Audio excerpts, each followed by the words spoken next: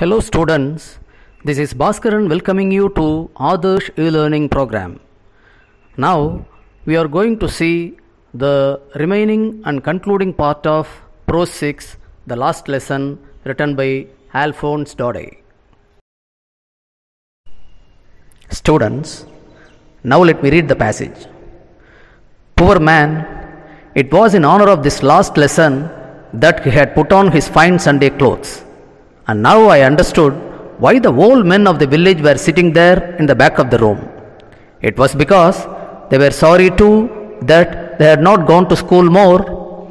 It was their way of thanking our master for his 40 years of faithful service and of showing their respect for the country that was theirs no more. Franz pities on his teacher M. Hamel, and he says that now he understands why teacher has come to school in his special dress. It is because to respect his last lesson. And he also understands why the old men of the village were sitting in the classroom. That is also because they all feel very sorry for having not gone to school, and to thank the master Hamel for his 40 years of loyal duty or work done by him, and to show respect for the country, France, that is not going to be theirs any longer. Now, passage reading. While I was thinking of all this, I heard my name called. It was my turn to recite. What would I not have given to be able to say that dreadful rule for the participle all through, very loud and clear, and without one mistake? But I got mixed up on the first words and stood there, holding on to my desk, my heart beating and not daring to look up. Franz was just thinking about the pain Hamel would have had in his mind, and also about the way the local people were showing their respect to Hamel. But teacher Hamel was asking students questions on participles. By then, turn of Franz came. Teacher Hamel called his name to recite the rules for participles. That's all. He stood up. He was totally confused. He says he was mixed up. It means confused. He was not able to say even a single word about the rules for participles. He was holding the desk very tight. His heart was beating like anything. He was not daring to look up at his teacher. That is, he had no courage to look up at his teacher. By then he was thinking that he was ready to give anything to be able to say the rules for participles without any mistakes and loud and clear. He was looking sad. Now, the passage. I heard M. Hamel say to me, I won't scold you, little Franz. You must feel bad enough. See how it is. Every day we have said to ourselves, Bah, I have plenty of time, I will learn it tomorrow. And now you see where we have come out. That's the great trouble with Alsace. She puts off learning till tomorrow. Now those fellows out there will have the right to say to you, how is it? You pretend to be Frenchmen, and yet you can neither speak nor write your own language? But you are not the worst, poor little Franz. We have all a great deal to reproach ourselves with. See, now Franz is standing unable to give answer, and teacher Hamel tells him the reason for his inability. He says, people usually postpone learning. They say they will learn tomorrow or the next day. Like that, they keep postponing, but they never learn. The same thing had happened with Franz also. And teacher Hamel says, see where it had brought them to. Now they are unable to say anything about their own language. And Hamel says, it is the problem with the people of Alsace. Now the Prussians out there have the right to ask them, how come they are not able to speak or write their own language? And so they may also criticize that they have been pretending to be Frenchmen. And Hamel says, Franz alone is not to be blamed, they have to blame themselves. That is what he says. Reproach means blame. Now, the passage is read out. Your parents were not anxious enough to have you learn. They preferred to put you to work on a farm or at the mills so as to have a little more money. And I have been to blame also. Have I not often sent you to water my flowers instead of learning your lessons? And when I wanted to go fishing, did I not just give you a holiday? Now, Teacher Hamel blames both the parents and himself for the inability of Franz to answer. He says, parents are not really interested in the learning of their children. They simply send them to work for earning some little money. At the same time, even the teacher himself had sent the boys or students to do some household work for himself, like watering the plants in the garden, instead of allowing them to learn their lessons. And for that, he feels sorry now. And not only that, he says that whenever he wanted to go fishing, he had given them holiday. That is, leave. Holiday is a British English word. Its American English is vacation, not vocation. Vocation means profession, job. Now, the next passage. Then, from one thing to another, M. Hamel went on to talk of the French language, saying that it was the most beautiful language in the world, the clearest, the most logical, that we must guard it among us and never forget it. Because when a people are enslaved, as long as they hold fast to their language, it is as if they had the key to their prison. After that, Hamel continued praising the French language. He said it was the most beautiful language in the world, the clearest, the most logical language in the world. Logical here means easily understandable. He asked everybody there to guard their language. Guard here means safeguard, preserve, protect.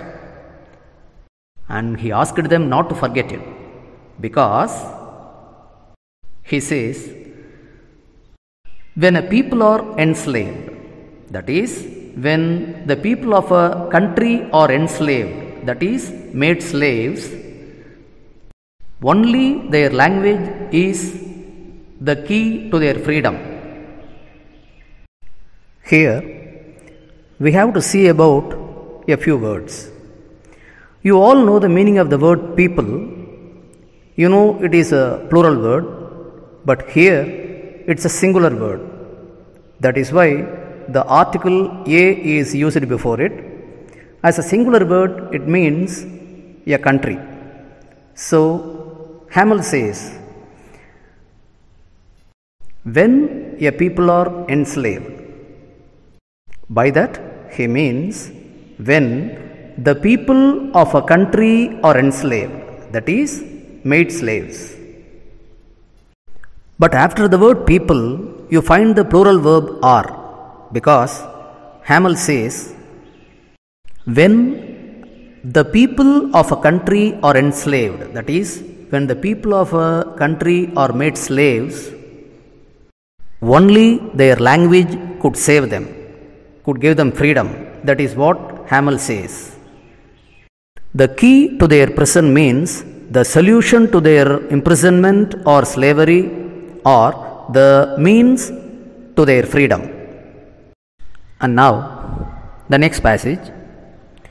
Then he opened a grammar and read us our lesson. I was amazed to see how well I understood it. All he said, so easy, so easy. I think too that I had never listened so carefully, and that he had never explained everything with so much patience. It seemed almost as if the poor man wanted to give us all he knew before going away and to put it all into our heads at one stroke. That day, Hamel started a new lesson in grammar. It was so easy, it was very easy for Franz to understand, and he was so amazed. how well he understood it.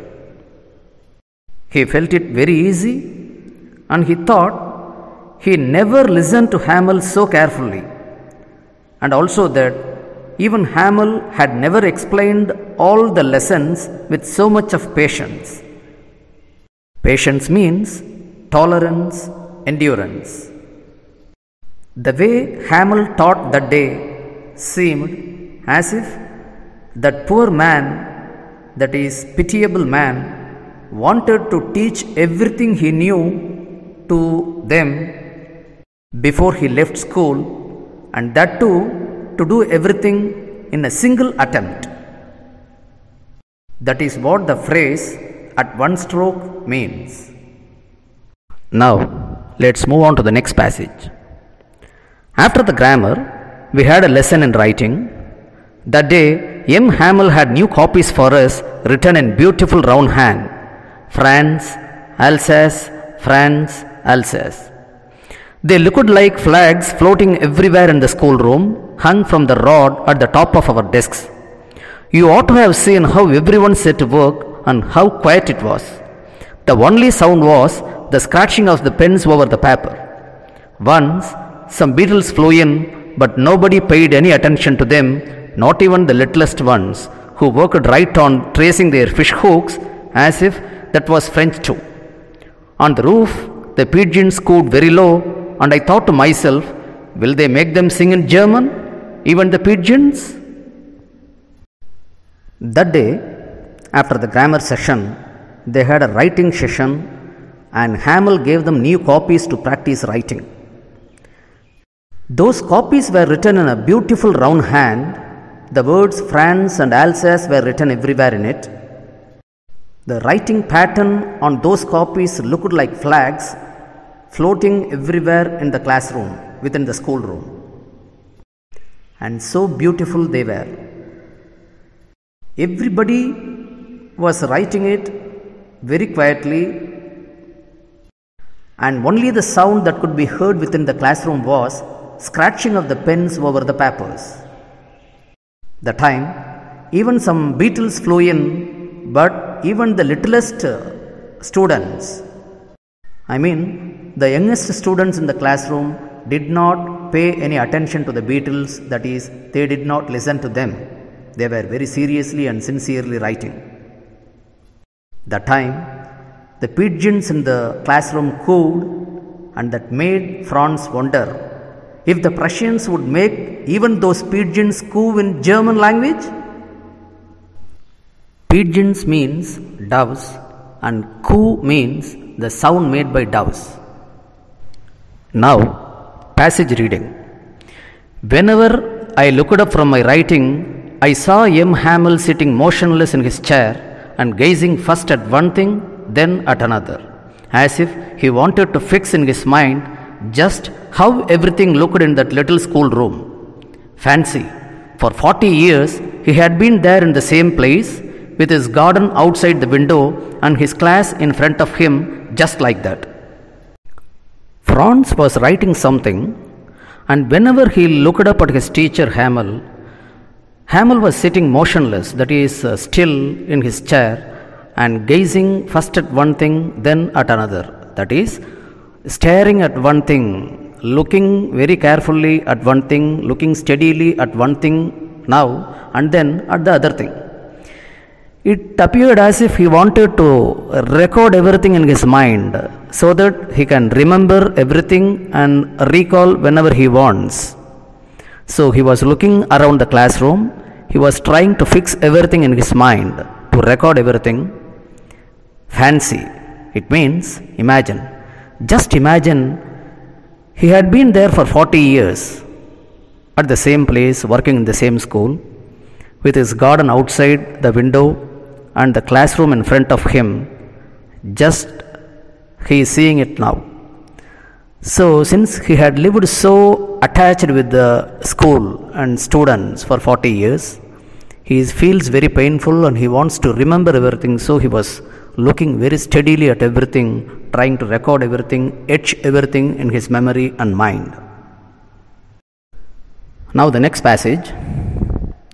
Only the desks and benches had been worn smooth, the walnut trees in the garden were taller, and the hop vine that he had planted himself twined about the windows to the roof. How it must have broken his heart to leave it all, poor man, to hear his sister moving about in the room above, packing their trunks, for they must leave the country next day. We saw that Hamel was observing everything and wanted to remember everything that was within the classroom and outside. Within the classroom, the furniture, the desks and benches had been worn smooth, that is, they had become smooth with use. And outside the classroom, in the garden, were the tall walnut trees and the hop vine that was planted by Hamel himself, twined about, that is, twisted around or wound around the windows, and they were climbing to the roof. Hop vine is a climber plant of hop. Watching all this, Hamel looked very sad, and Franz wondered how it must have upset him. It must have broken his heart to leave it all, to leave France the next day. And upstairs, his sister was moving about in the room and packing things, packing their trunks. Trunk here means a large strong box. It is otherwise called chest. She was packing because they had to leave the country, France, the next day. Now, the next passage. But he had the courage to hear every lesson to the very last. After the writing, we had a session in history, and then the babies chanted their ba, bi, bi, bo, boo. Down there at the back of the room, old Hauser had put on his spectacles and holding his primer in both hands, spelled the letters with them. You could see that he too was crying. His voice trembled with emotion, and it was so funny to hear him that we all wanted to laugh and cry. Ah, how well I remember it, that last lesson. This is about old Hauser. It is said that he had the courage to hear every lesson to the very end. Courage here means determination. After the grammar and the writing session, there was a lesson in history, and then the babies there were chanting the alphabet, and along with them, old Hauser was spelling the alphabet with his spectacles on, and he was going through his primer. His voice was trembling with emotion, and obviously he too was crying. The way he spelled the words was so funny that it made other children, other students in the classroom laugh and cry. And Franz wonders how well he remembered that last class, that last lesson, and it means it was completely unforgettable. All at once, the church clock struck 12, then the Angelus. At the same moment, the trumpets of the Prussians returning from the drill sounded under our windows. M. Hamel stood up, very pale in his chair. I never saw him look so tall. My friends, said he, but something choked him. He could not go on.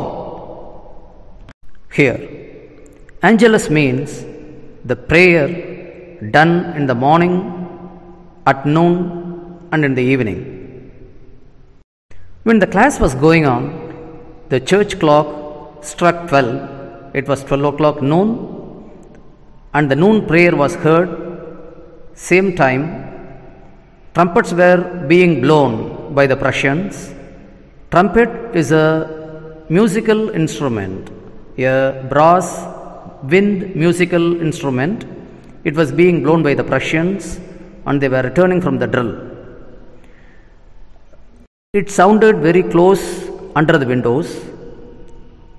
Hamel stood up. He looked pale, distressed. Now Franz looks at him. To Franz, Hamel looks very majestic, very great. He had never seen him like that. Hamel started to speak, but he was not able to speak. Something choked him, made him not to speak, and he could not continue speaking.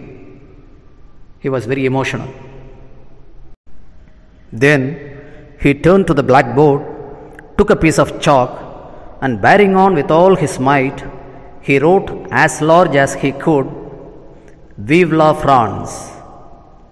Then he stopped and leaned his head against the wall, and without a word, he made a gesture to us with his hand. "School is dismissed. You may go." Hamel turned to the board with a piece of chalk. Using all his strength, he wrote large on the board in French, "Vive la France." Then he stopped and rested his head over the wall, and leaning over the wall, he did not say even a word. He just signaled with his hand to the students that school is dismissed and that they may all go. The entire lesson, this story shows that how patriotic Hamel is and how he is upset because of being oppressed by the Prussians.